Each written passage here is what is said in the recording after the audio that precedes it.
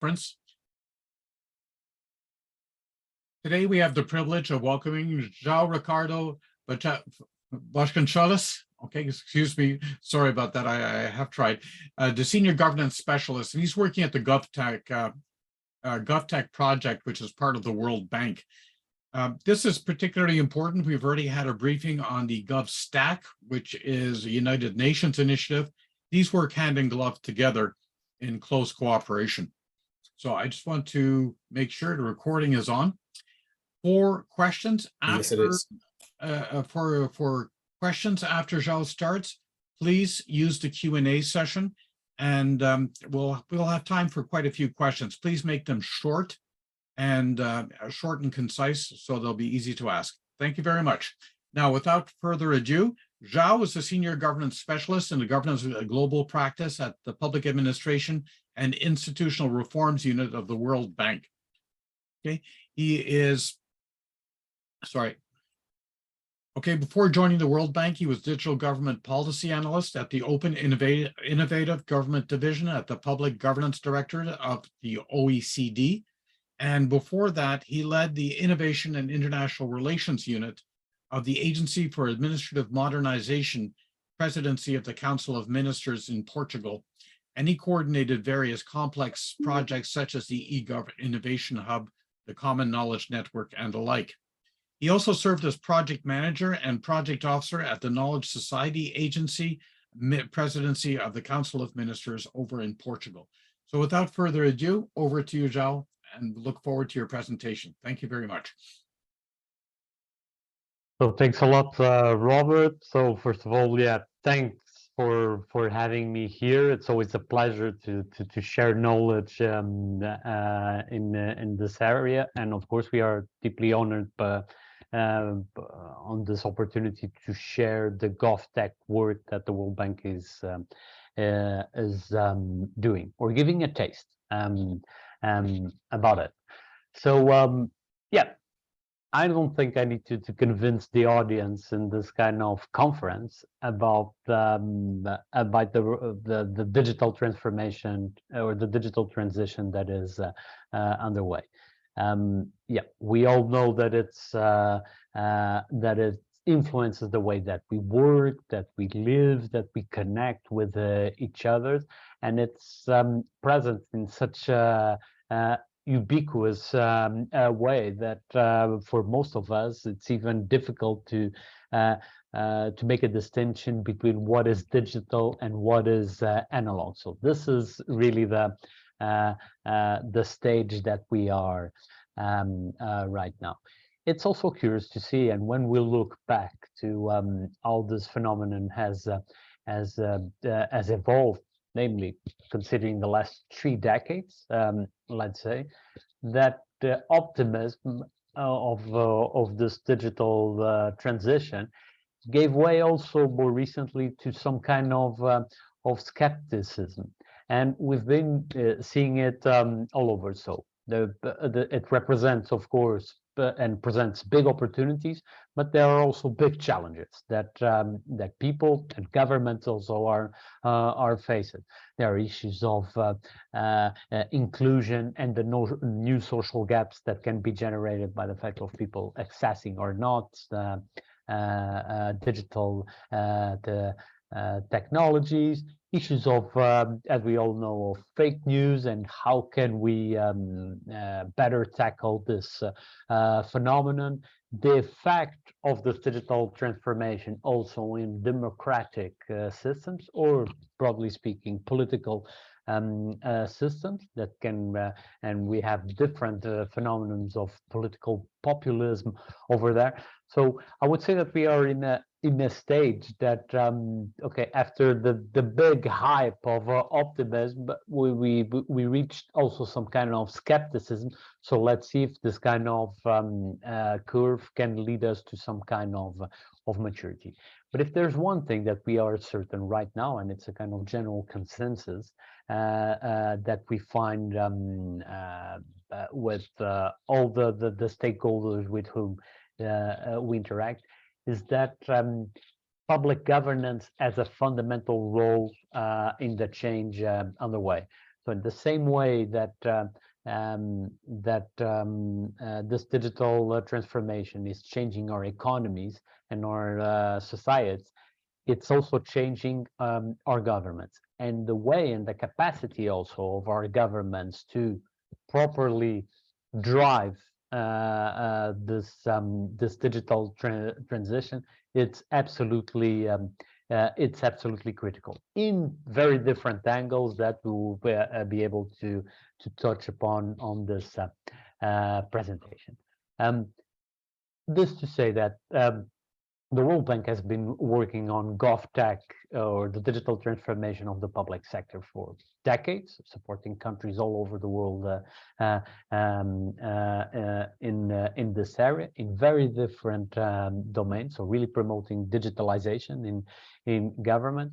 But it was recently, namely in the end of 2019, that the bank launched our GovTech initiative, and assumed GovTech as a global topic within the bank. So beyond the activities that were being handled in the different regions, in the different country offices of the bank, this was assumed as a global or super cross-cutting topic in the operation.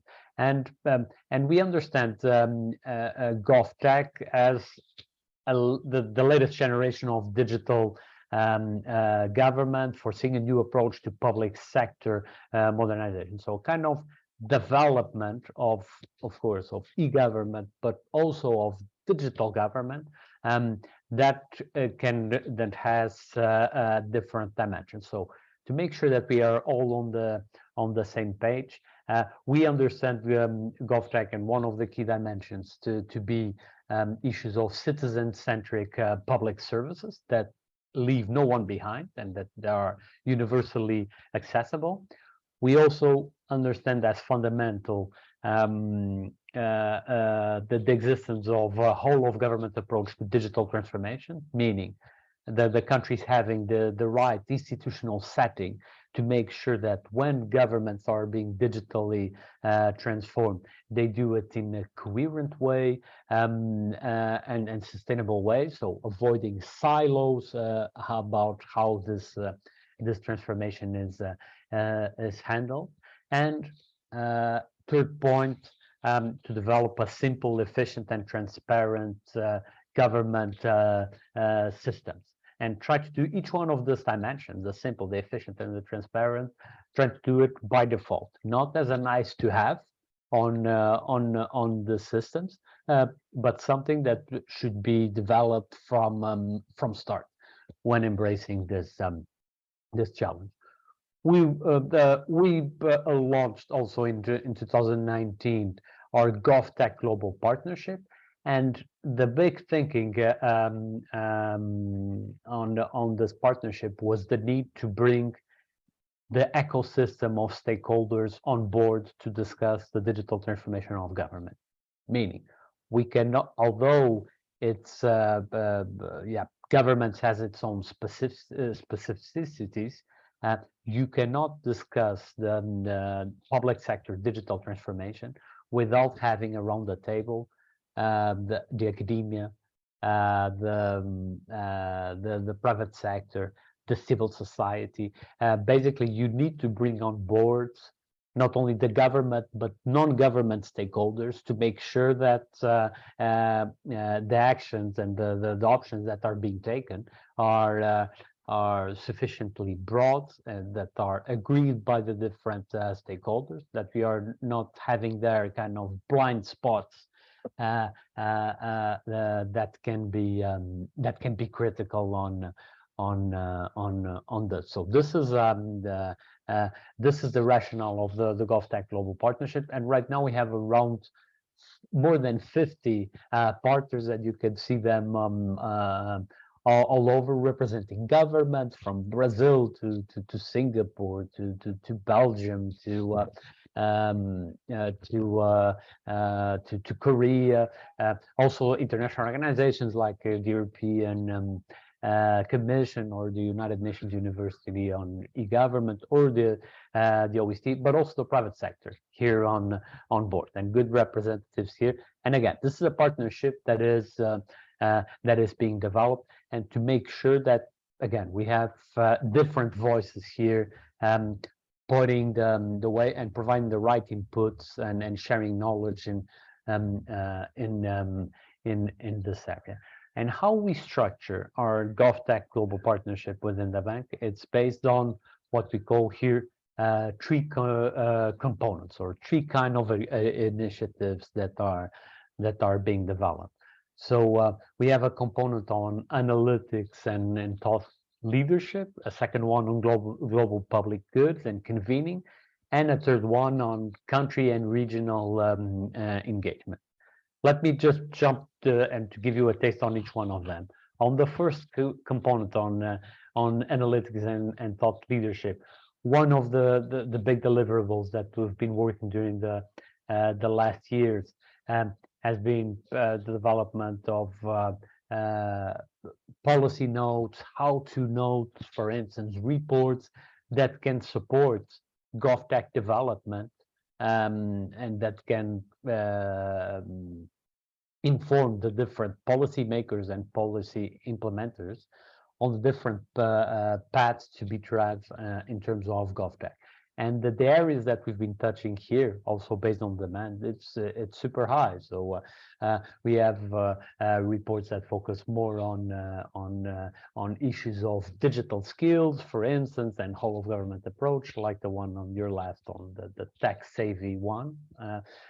On some on service delivery, like the one on service upgrade, but also on issues like interoperability, civic tech, mobile government, cloud computing, and some of them and other ones are also coming up in the areas like greening GovTech, for instance, or the link between GovTech initiatives of a government and the digital economy. So please stay tuned on this. All these publications are available in our website and can be downloaded for free and without any restriction in terms of access. So I'll advise you, of course, to take a look there. Yeah, simple search on GovTech World Bank will lead us to our website, and you can find each one of these publications. On component 2, we have we focus on the development of global public goods and convening, and here different activities are being developed. So activities like developing brown bag launches, webinars on different areas are being prioritized. We are also putting together a GovTech innovation lab that can work as a kind of test bed on some GovTech initiative, not only within the bank, but also bringing on board external stakeholders. We have a GovTech Academy that has 2 online courses available, again, for free, and that anybody can access. One of the courses is more focused specifically on GovTech, and a second one on digital public financial management systems. So let me also recommend you to take a look. And the purpose of these courses is, of course, to it's not only to preach to the converted, meaning for people that are working in this area to have or to reinforce some of the concepts they have, but also to try to bring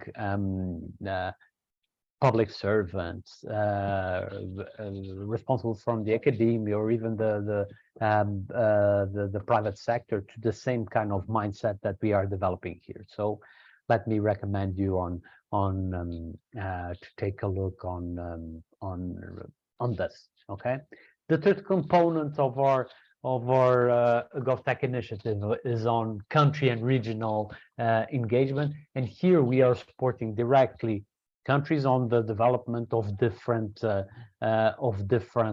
projects. So based on call for proposals and in strong coordination with our regional teams and the country office that the bank has in more than 100 countries.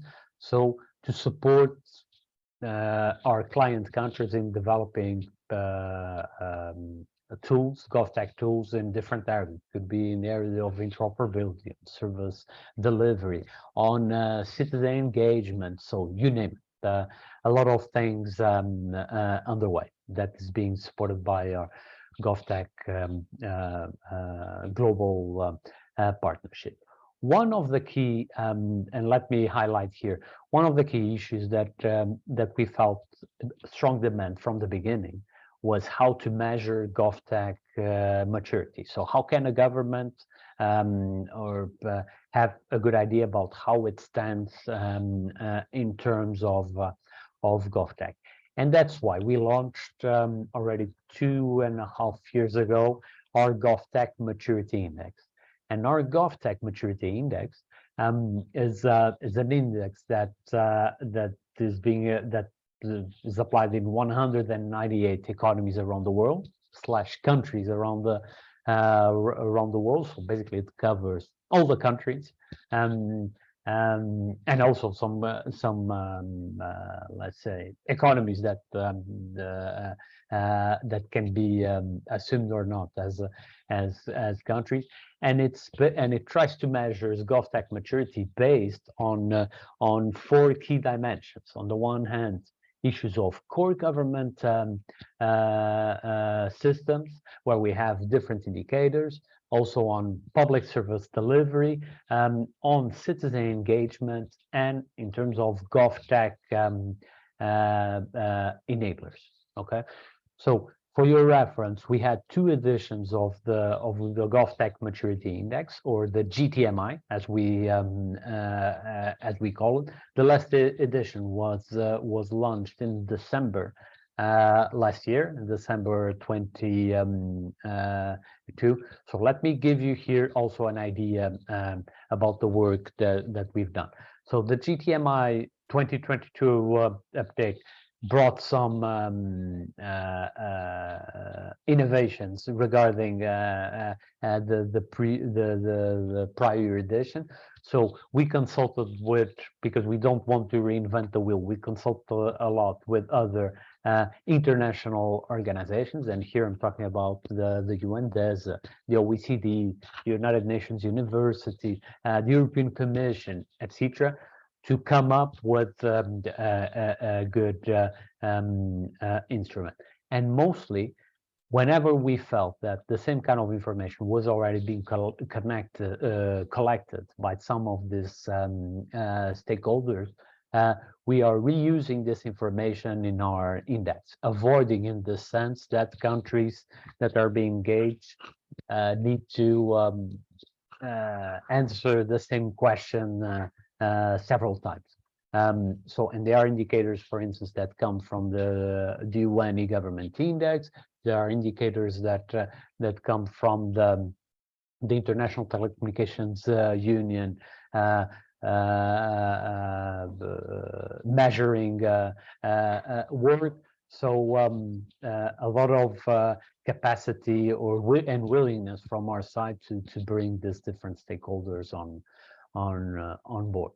So also this edition we had we're able to and we had to interact with a lot of countries. So since the scope was 198 economies, so, and this required a lot of interactions again with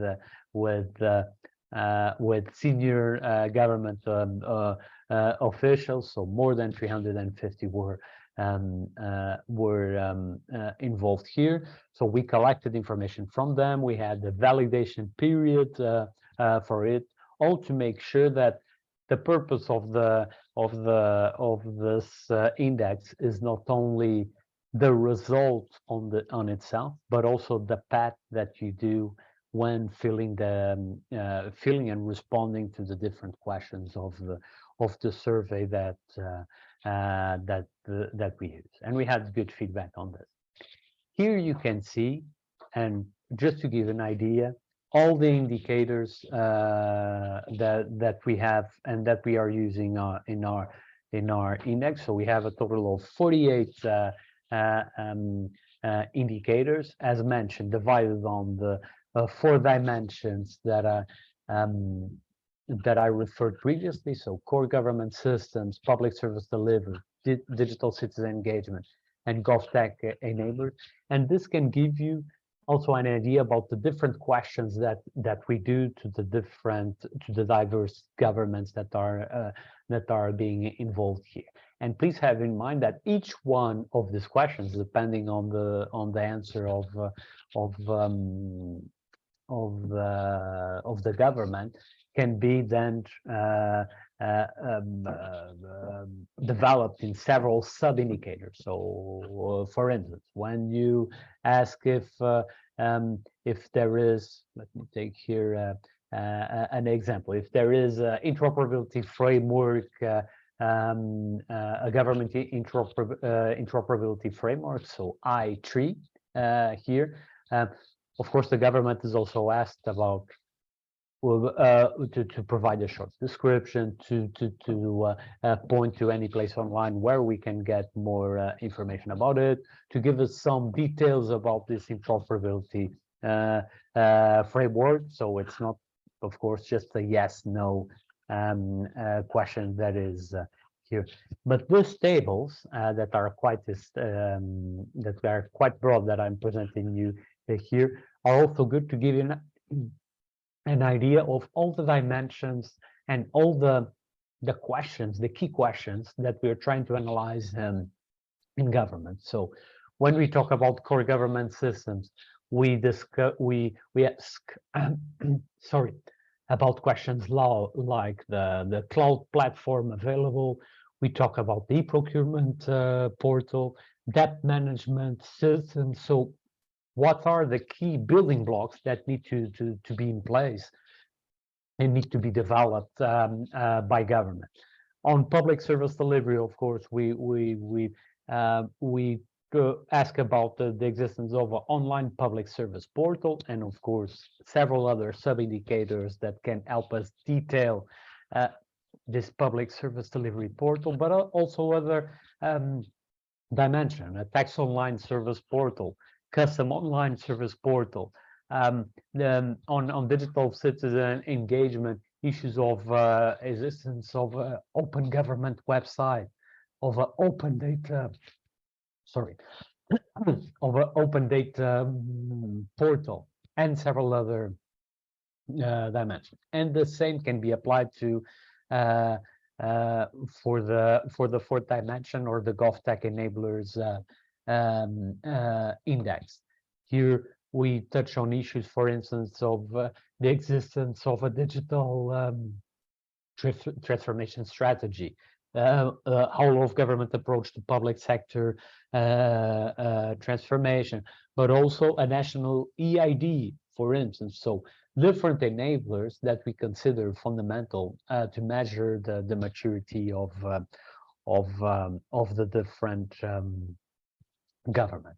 To give you an idea about some of the results that we had on this last edition, there's a big message that we feel that between governments and between countries, sorry, the digital the divide is widening, meaning for the countries that are more advanced, the gap between the more advanced countries and the least advanced countries in this area is becoming more substantial.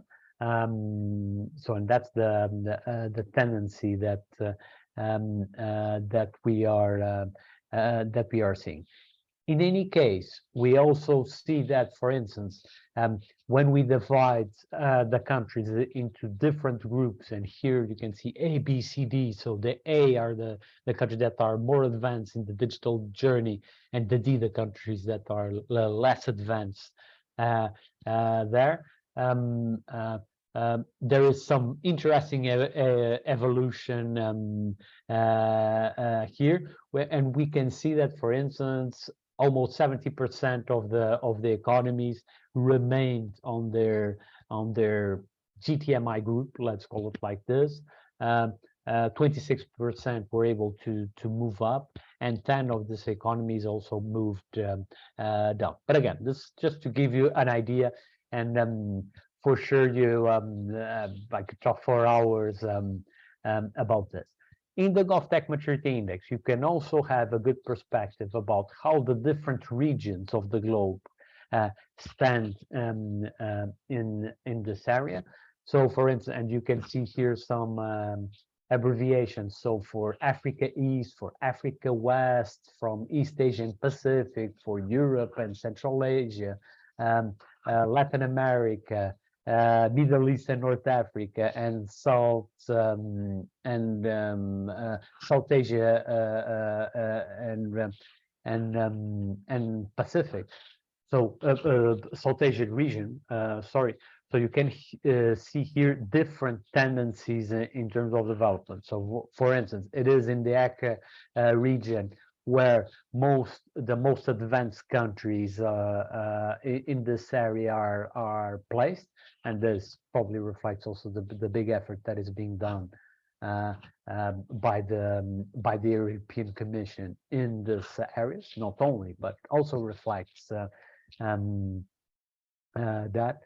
Curious or not, also when you compare the different regions, you also see some interesting tendencies. So, for instance, in terms of digital citizen engagement, you can observe here, and that's the let's say the brown/pink column here, that in all the regions, that was one of the most critical dimension, the one that where there's more, let's say, room for improvement in this area. This was to give you an idea of per country. And again, for the 198 economies that we observe, you can also get specific information per country. So I just brought you here the example of Kazakhstan, where you can see, again, on the different dimensions of the GovTech Maturity Index, how the country is placed. So this is the GTMI is the overall average of the country, but then the core government systems, how it's placed in the public service delivery, citizen engagement, and GovTech enabled. And you can also see the evolution from the 2020 edition to the 2022 edition. You will also be able to see on the reports that we publish, the global report, and on the regional reports that are available in our website, possible improvements and specific recommendations that countries can follow on this. Here's again to give you an idea about all the information that was collected from the GovTech Maturity Index. So you can see from and giving you here the example of Liberia, you can see how the country is placed on each one of the indicators. And let me also underline here, I will not enter in details on this kind of specific country, but let me say that all the information that we collected within the GovTech Maturity Index is available in our website, and it's available through the reports, meaning a global report, and also reports for each one of the regions that we analyze, meaning for Latin America, for MENA, for East Asian Pacific, for South Asia, for Europe and Central Asia. So everything is available there and can be downloaded. Besides that, also the database with the raw data that we collected is also available to be reused. So you can go there, and if you want to analyze specifically the situation of Canada, if you want to compare the situation of Canada with any other country, or play with the data, you are not only free, but you are welcome to do it. And that's it's also a reflection of from our side of doing what we preach. So keeping the data open and making sure that that the different stakeholders can go there and can reuse it as much as they can. some main findings of the 2022 edition of the GTMI. Here are some issues. One that I already mentioned, that is the Digital Citizen Index has the lowest average score, meaning there's a lot to do in all the regions in this area. But we also were able to bring and to have some interesting or super interesting observations. So, for instance, from the 198 economies observed, 154 have dedicated GovTech entities in their government. So, meaning director generals, specific agencies dedicated to this, and this is a big recognition of the importance of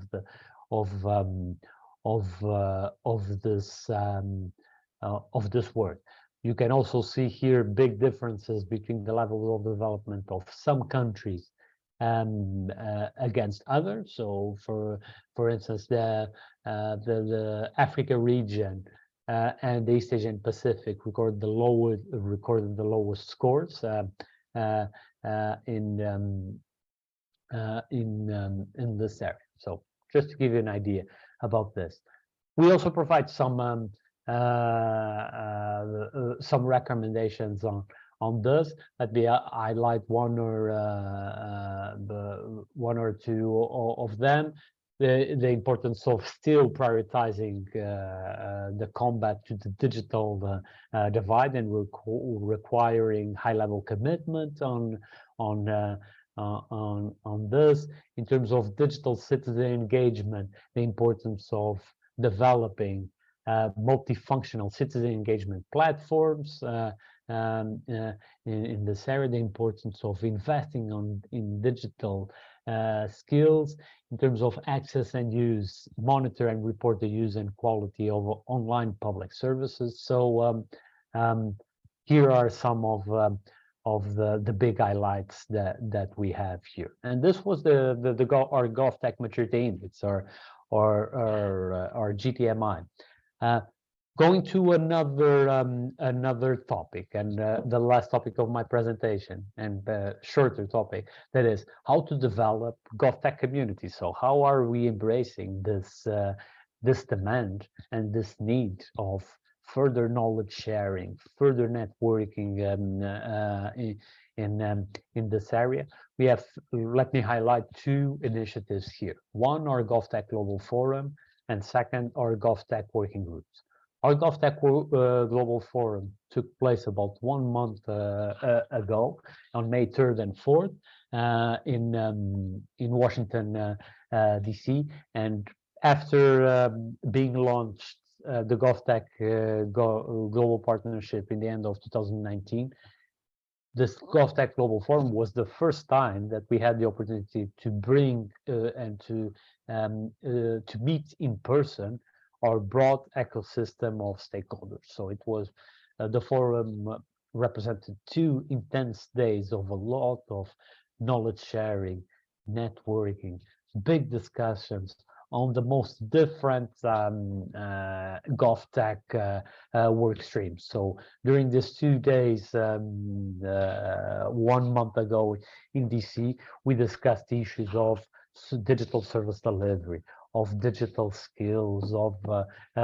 procurement, of core government systems, of greening of GovTech and gender issues, of the engagement of the ecosystem of stakeholders, namely the private sector, and the benefits associated with this. So it was really a great meeting that counted with over 250 in-person participants, so it was beyond our expectations.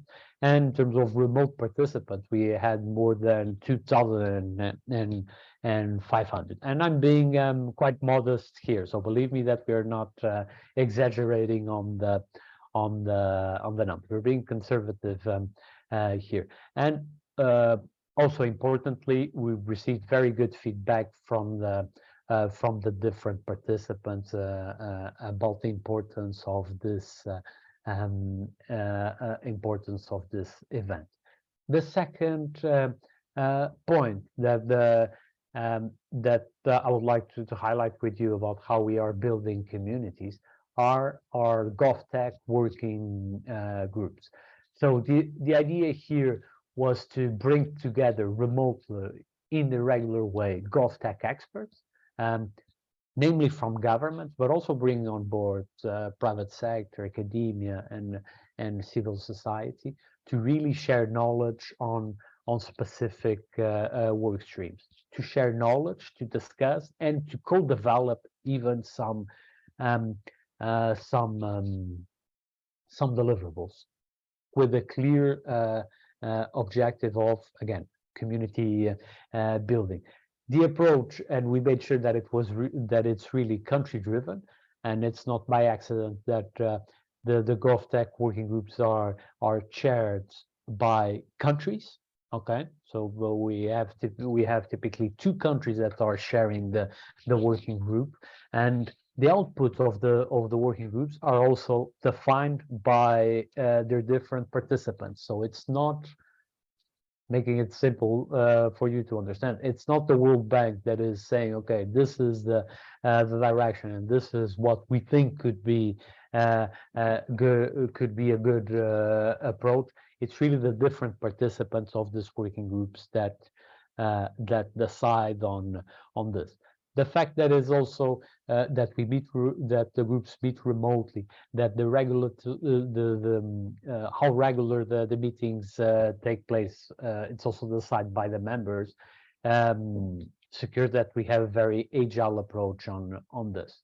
We currently have 3 working groups in place: one on mobile government, one on cloud computing, and one on interoperability. And as you can see here, yeah, we were able to bring on board representatives from very different countries, mostly from governments on the 2 first working groups, but on the one on interoperability, bring on board also the academia, the private sector, and the civil society. It really depends on the agreement of the different members, of the chairs, on deciding who to bring on board. So in the case of mobile government, the working group is chaired by Austria and by Brazil. In the case of the cloud computing, Singapore and the United Kingdom.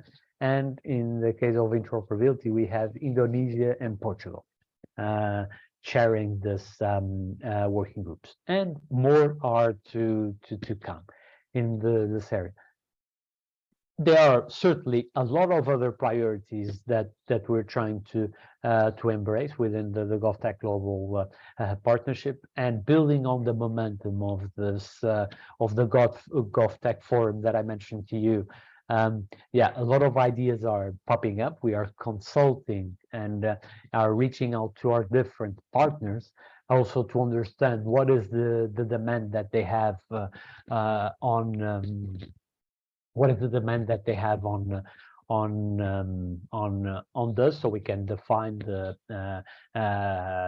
different priorities to be embraced in the near future. But there are some topics that are coming up. So, for instance, GovTech and the Green Agenda is one obvious topics here. GovTech and gender equity is another one, and a third one on GovTech and democracy. Not sure if it's going to be developed through working groups or through policy notes, for instance, but it's being discussed. And of course, we are looking forward to further develop our global partnership, further involving governments, private sector, and academia and civil society on this joint work. And that's it. That's a taste of the work of the World Bank. So I hope that this was clear, and I'm happy to clarify any issue or any question that you have. So thank you very much. Over to you, Robert. Yeah. Okay. Thank you very much, Joao. It's greatly appreciated. It's very interesting. There's 1 or 2 questions popping up. I have a question for you. United Nations has the e-government survey. Okay. Does the index and the survey, do they complement each other? And they do that every 2 years, the same rhythm that you have your index. Okay. Yeah. The idea, as I mentioned, was not to reinvent the wheel. But there are two issues that I should mention here. One, that we were and we are in close contact with the colleagues from the UN DESA that are responsible for the UN survey. Actually, we are reusing some of the information there. The surveys and the indexes are measuring different dimensions. That's why we think that they complement each other. But again, our intention was from start to make sure that there was a big coordination on this. Yeah. Okay, thanks, Joao. Just the complementary issue. By the way, folks, just for your information, we've got a further presentation on Thursday on the interoperability aspects that Joao mentioned. That's going to be presented by two individuals from the World Bank. And then we also have on the Wednesday, a session putting in from the United Nations talking about the e-government survey. And so what happens is you can see they do complement each other, and that I was very happy to hear that. There's a question. Do you address security and ethical concerns to GovTech, such as algorithmic bias, privacy invasion, the use of AI, and automation surveillance? Okay, you mean, I assume that the question is direct to if we address within the GTMI or within the global work that we do. Well, in any case, both. Yeah, probably both. Probably both of them. Each one of these questions is fundamental. We don't have, let's say, for some of these issues. Of course, that issues of cybersecurity are critical, and we are addressing more and more issues of artificial intelligence, and also when I see algorithm bias, let me also highlight issues of data ownership, data consent that needs to be done. We try to address in some of the indicators that we have in the GTMI, but let me also highlight that whether on analytical products that we are launching, and I mean reports, policy notes, you will be able to find several of these issues being raised. So we have a note specifically on the use of artificial intelligence, for instance. So let me please recommend you to take a look there, or I can share the link, and also to other issues. Even the note on interoperability that Robert just mentioned touches on issues on digital rights of the citizens. So of course this is mandatory, let's say, when you look at GovTech in nowadays. Okay, great. And do you have an AI maturity usage measure? You mentioned that earlier. Is it part of GTMI or not? We have indicators that can be put together to measure this, but still on the use of emerging technologies. And again, when you look at that list, you'll be able to find it. But I think it's not really still about AI maturity. So I think we are not there yet. And from my experience also, to make sure that you have quality on the data, that you have good analysis to be developed. So this is more than just bringing together 2 or 3 indicators and saying, hey, here's the maturity of your country around this. I would say that it's one of the priorities that we are considering. So let's see if in the future we can do it. So please stay tuned. Yeah. Okay, great. Thank you, Joao. Are there any other questions? Just use the Q&A button, please, at the bottom of your screen if you have any other questions. I thought that was an excellent presentation. I very much enjoyed that. And I really encourage individuals that are listening is take a look at the documentation already that GovTech's put out. Interoperability is just one. There was one slide where you showed all the different publications that you're working on, but certainly they're good touchstones and they're based on practical experience and the like. And I would encourage for example, government people, if you have anything that could be either construed as a building block for GovStack or a contribution to the GovTech program, don't hesitate. Get in touch with them, or you can do it through myself, Bob Wiseman, at the University of Ottawa. Okay, so this is just something that you can basically just keep in mind. Again, contributions are very worthwhile, and I know there's an incredible amount of talent and work that has gone into the GovTech program in the World Bank and also the GovStack program over in the United Nations, and they are complementary. Sorry, just going to check if there's any other questions and the like. Okay, thank you very much. In the chat, you'll find the GovTech website is basically available to you if you want to take that particular chat item and use that link. Well, I would like to thank Joao very much for taking the time to present. I know you're extremely busy, but hopefully what happens is we can start engaging more individuals in your initiative and provide you with a little bit more, shall we say, horsepower. Okay, for that. Well, thank you very much. And with this, I will close this particular session. I just want to encourage people to attend this afternoon. We're starting off at 12:30. Okay, so it's a very short lunch break. And what we're going to be talking about today is we've got some presentations from Henny Iskander and Vikash Maduri on the GovStack architecture and content creation. We have Alec Blair following that in stream 1. And he's going to be talking about the Alberta Health Services and Information Systems as a catalyst for business transformation. In stream 2, we have Dr. Elaine Mosconi from the University of Sherbrooke talking about digital literacy for business leaders and managers. I was there at the École des Hautes Études Commerciales in Montreal about 2 weeks ago. And anyways, whatever, there's a great deal of work that's been done in this particular field, and certainly very enlightening, part of the digital transformation of the Canadian government. Then we'll also have Jaak van Beek speaking in stream 3 of the higher education and leading digital transformation. And then we have Dr. Stéphane Gagnon, and he's going to be talking afterwards on the business and technology management program. There's an entire body of knowledge in this area that might not be known to a great many attendees. And I would very highly encourage people to attend that and just take a look at the body of work that's going on in that area, which brings business and technology together for alignment. Well, with that, I will stop the recording.